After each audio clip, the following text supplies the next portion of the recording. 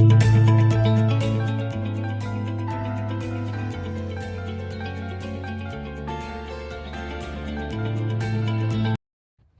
morning, xin chào tất cả mọi người ha. Nay là ngày 28 tháng 9 và chúng ta sắp hết một tháng rồi. Còn đầu tiên chúng ta đi vào tìm hiểu là FFIE. Cái rotation của năm là 8 đến 20, có nghĩa là 12 số, có nghĩa là được 12 đồng. Còn một ngày á, nó có thể mua khoảng 1 đồng, có nghĩa là trong vòng 1 đồng đó chúng ta chỉ cần 20 cent đến 30 cent là đủ rồi. Thậm chí nếu mà 50 cent thì tốt. Thì có nghĩa là những con như thế này thì quý vị thấy nhìn sang bên tay phải, chúng ta mua dưới 12 đồng là chúng ta có lợi rồi. Nhưng mà cái này nó hơi cao. Thật sự chúng ta phải mua dưới 10 đồng, từ 10 đồng xuống tới 8 đồng. Thì mỗi lệnh cách nhau 50 cent, 4 đến 50 cent. Đây là cái skill tốt nhất để chúng ta track cái con này. Thứ nhất là con bi cộng là sao? Là một con tỷ đô. Thì cái V1 của nó hiện tại là 10 đồng, vòng khoảng 10 đồng, 10 đồng 10. Nhưng mà cái vấn đề là sao? Nó lên sàn cũng lâu rồi, thật sự là tương đối lâu. Nhưng mà đến khi mà quý vị thấy á, nó như vậy, nhưng mà thật sự nó mới có hồi August 2, hồi năm rồi, tháng 8 hồi năm rồi thôi. Nhưng mà cái tỷ lệ đều đặn lên xuống của nó rất là chuẩn, gọi là nó có cái độ giãn cách rất là tốt. Thì con này quý vị chỉ có xài được single mountain thôi, là công thức của single mountain. Quý vị chụp với ảnh do là nó chuẩn luôn. Và công ty này nó nằm ở bên Cali và nó sản xuất những cái phần mà dính tới điện, có nghĩa là những cái bộ phận điện thông minh. Nó có rất là, và nó sản xuất, nó làm luôn và người ta order nó. Thì đây là thời điểm mà để nó tung ra những cái sản phẩm mới.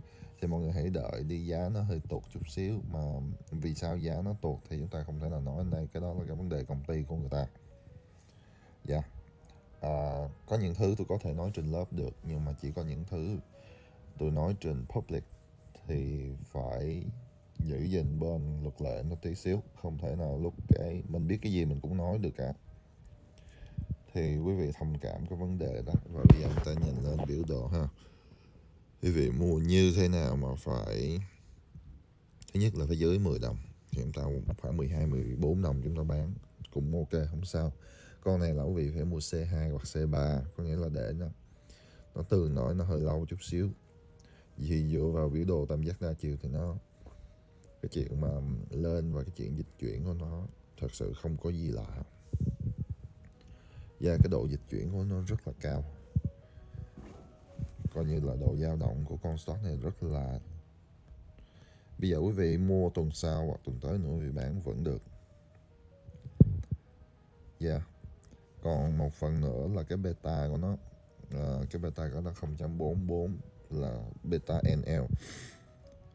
Cái phần còn lại nữa là 86. Thì khi mà quý vị không có hệ thống, quý vị sẽ không thấy được cái thông số thứ hai 86.7.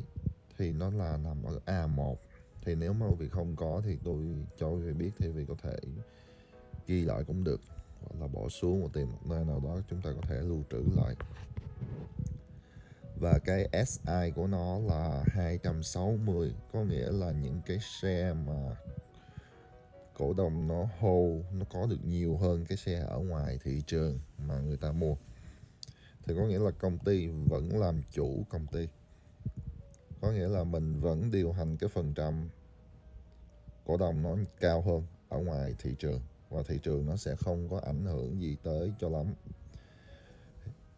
Thì ở ngoài thị trường nó chỉ có 108 thôi, 108 triệu. Thì 260 với 108 thì nó gấp rưỡi rồi, thậm chí nó gấp đôi, mà gấp 200 mấy luôn. Giờ quý vị đem 108 quý vị nhân đôi lên thì nó chỉ có 216 thôi. Thì nó còn dư thêm bên kia nữa. Đây là thông số của công ty, đây là những cái phần thông số kỹ thuật. Và bây giờ con thứ hai của chúng ta đi qua là cái con này thật sự ai cũng biết luôn, cái con Salesforce á. Yeah. Con này là một trong những cái con rất là thịnh hành, và hôm nay mới là thời điểm tốt nhất để mua nó. Hôm nay mọi người mua nó vì sao? Mọi người cứ mua đi, vì con này là một trong những con mà biểu đồ quý giá nhất, là biểu đồ bậc thang. Dạ, cho quý vị biết luôn, không sao cả, vấn đề là chúng ta mua được và mua thời điểm nào thôi. Mua thì quý vị canh như thế nào, mua khoảng 14 đồng 2 đổ lại thôi. Thì cái độ rotation của nó là 10 số trong năm và khoảng 1 số trong ngày.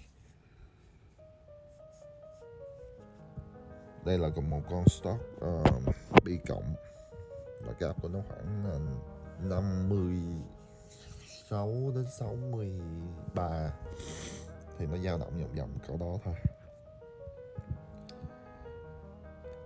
Nó có những cái tin tốt.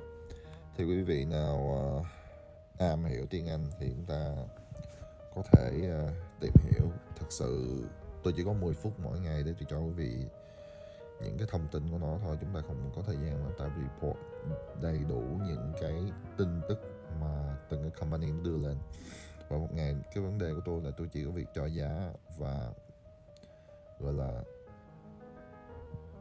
truyền đạt lại cái giá nào là có thể tốt nhất. Nhưng mà cái mua đó, khi mà quý vị mua là cái quyền lựa chọn và cái sự chọn giá của quý vị trước khi mua, vì là tiền của mọi người. Nhưng mà tốt nhất thì tôi mua, tôi nói lên cái tôi mua thôi, không có gì cả. Còn cái thằng này là thằng Salesforce đó thì cái beta của nó là tới 105, có nghĩa là social, và 683. Đó là chỉ số thứ hai. Còn cái Salesforce này là một trong những cái công ty rất lâu đời rồi. Nó lâu khủng khiếp, nó lâu, gọi là một trong những cái thằng mà lâu nhất của cái nước Mỹ này rồi. Và nó nằm ở bên Michigan đó. Nó hơn 100 năm, actually là 110 mấy năm. Dạ, 117, 18 năm. Nhưng mà tôi không lầm. Tôi nhớ nó năm 1900 mà bao nhiêu đó, đầu năm rồi. Và chúng ta quan tâm hơn là cái biểu đồ của nó. Bây giờ chúng ta sẽ đi nhìn lên cái biểu đồ và chúng ta mua như thế nào. Phải mua dưới 14 đồng 11 nha, để mới có lợi được. Chúng ta để chỉ cần con này thì vẫn để C2. Vì những con bậc thang, quý vị thật sự nếu mà tiền bạc rủng rỉnh, quý vị muốn 1.000 sale hoặc 10.000 sale quý vị liền đó, năm sau quý vị bán. Dạ. Hoặc là nếu mà chúng ta mua theo xe đó thì chúng ta mua như thế nào, cứ mua khoảng 11 đồng 20 hoặc dưới 14 đồng hoặc là dưới 14 đồng, khoảng là 14 đồng 11 cỡ đó thì chúng ta bán ra, chúng ta mới có những cái khoản lời nhiều. Thì khi mà những cái khoản lời sinh lợi là từ cái cách mua quý vị mua thôi, thật lòng mà nói, mua từ cách mua thôi, chứ không phải kiến thức để mua được nó như thế nào. Và những cái tin tức quý vị nắm thì nó chỉ là support cho cái mua của mình thôi. Vì cái mua của mình, khi mà cái mua của mình chuẩn hoặc là gần đúng á, thì sao nó mới bán nó dễ hơn và bán tiền nó nhiều hơn. Dạ. Chứ khi mà mình mua sai, mình mua tầm bậy á, thì mình bán rất là khó. Nó đơn giản vậy thôi. Và khi mà quý vị nhìn thấy cái thời điểm mà nó lên đỉnh điểm là khoảng 16 đồng rưỡi. Dạ.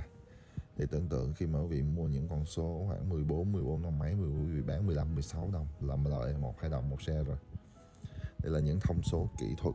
Và cái bảng cuối cùng là cái bảng rất là lợi hại. Đây là một trong những cái bảng mà Thì quý vị nào có những gọi là những cái thật sự ai cũng biết được, chúng ta nhìn lại làm thì biết phải mua, sống chết chứ không phải mua con này, mua ít mua nhiều gì đâu. Quý vị mua nha, control lại cái mình mua nhỏ lệnh mới có lời. Yeah, have a good day và gặp lại quý vị ngày mai.